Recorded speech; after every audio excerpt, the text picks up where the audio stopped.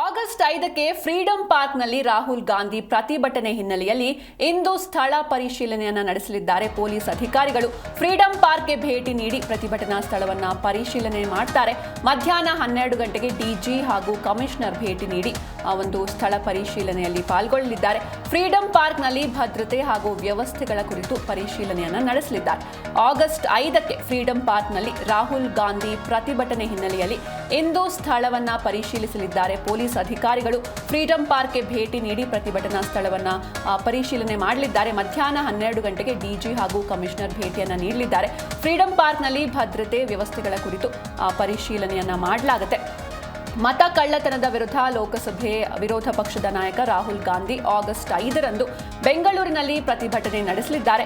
ರಾಹುಲ್ ಪ್ರತಿಭಟನೆಯ ಹಿನ್ನೆಲೆಯಲ್ಲಿ ನಗರದ ಫ್ರೀಡಂ ಪಾರ್ಕ್ನಲ್ಲಿ ಈಗಾಗಲೇ ಸಿದ್ಧತೆ ಕೂಡ ಶುರುವಾಗಿದೆ. ಜೊತೆಗೆ ಲೋಕಸಭೆ ಚುನಾವಣೆಯಲ್ಲಿ ಮತ ಕಳ್ಳತನ ಆಗಿದೆ ಅಂತ ರಾಹುಲ್ ಗಾಂಧಿ ಆರೋಪ ಮಾಡಿದ್ರು. ಇದಕ್ಕಾಗಿ ಕರ್ನಾಟಕದ ಒಂದು ಕ್ಷೇತ್ರದ ಬಗ್ಗೆ ಉಲ್ಲೇಖ ಕೂಡ ಮಾಡಿದ್ರು. ಇದರ ಬೆನ್ನಲ್ಲೇ ಸಿಎಂ ಸಿದ್ದರಾಮಯ್ಯ ಅವರು ಮಹದೇವಪುರ ಮತ್ತು ರಾಜಾಜಿನಗರದಲ್ಲಿ ಮತ ಕಳ್ಳತನ ಆಗಿದೆ ಅಂತ ಆರೋಪ ಮಾಡಿದ್ರು. ಈ ನಡುವೆ ಆಗಸ್ಟ್ 5ರಂದು ನಗರದ ಫ್ರೀಡಂ ಪಾರ್ಕ್ನಲ್ಲಿ ಬೃಹತ್ ಪ್ರತಿಭಟನೆಯನ್ನ ಕಾಂಗ್ರೆಸ್ ಹಮ್ಮಿಕೊಂಡಿದೆ. ಪ್ರತಿಭಟನೆಯಲ್ಲಿ ರಾಹುಲ್ ಗಾಂಧಿ, ಎಐಸಿಸಿ ಅಧ್ಯಕ್ಷ ಮಲ್ಲಿಕಾರ್ಜುನ್ ಖರ್ಗೆ ಸೇರಿದಂತೆ ಕಾಂಗ್ರೆಸ್ ರಾಷ್ಟ್ರೀಯ ನಾಯಕರು ಭಾಗಿಯಾಗ್ತಾರೆ. ಬೆಂಗಳೂರು ದಕ್ಷಿಣ, ಕೋಲಾರ, ಚಿಕ್ಕಬಳ್ಳಾಪುರ ಸೇರಿದಂತೆ ಸುತ್ತಮುತ್ತಲ ಜಿಲ್ಲೆಯಿಂದಲೂ ಜನರನ್ನ ಸೇರಿಸಲು ಕಾಂಗ್ರೆಸ್ ಪ್ಲಾನ್ ಮಾಡ್ತಾ ಇದೆ.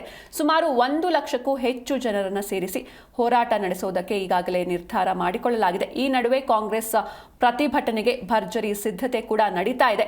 ಇಂದು ಪೊಲೀಸರು ಆ ಸ್ಥಳಕ್ಕೆ ಆಗಮಿಸಿ ಸ್ಥಳ ಪರಿಶೀಲನೆಯನ್ನ ಮಾಡಲಿದ್ದಾರೆ. ಪೊಲೀಸ್ ಅಧಿಕಾರಿಗಳು ಫ್ರೀಡಂ ಪಾರ್ಕ್ಗೆ ಭೇಟಿ ನೀಡಿ ಪ್ರತಿಭಟನೆ ನಡೆಯುವಂತಹ ಸ್ಥಳವನ್ನು ಎಕ್ಸಾಮಿನ್ ಕೂಡ ಮಾಡಲಾಗುತ್ತೆ.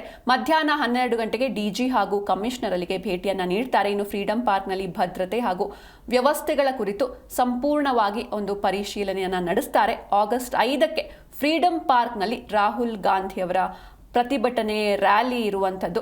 ಜೊತೆಗೆ ಈ ಒಂದು ಪ್ರತಿಭಟನೆಯಲ್ಲಿ ರಾಹುಲ್ ಗಾಂಧಿ, ಎಐಸಿಸಿ ಅಧ್ಯಕ್ಷ ಮಲ್ಲಿಕಾರ್ಜುನ್ ಖರ್ಗೆ ಸೇರಿದಂತೆ ಕಾಂಗ್ರೆಸ್ ರಾಷ್ಟ್ರೀಯ ನಾಯಕರು ಭಾಗಿಯಾಗ್ತಾರೆ.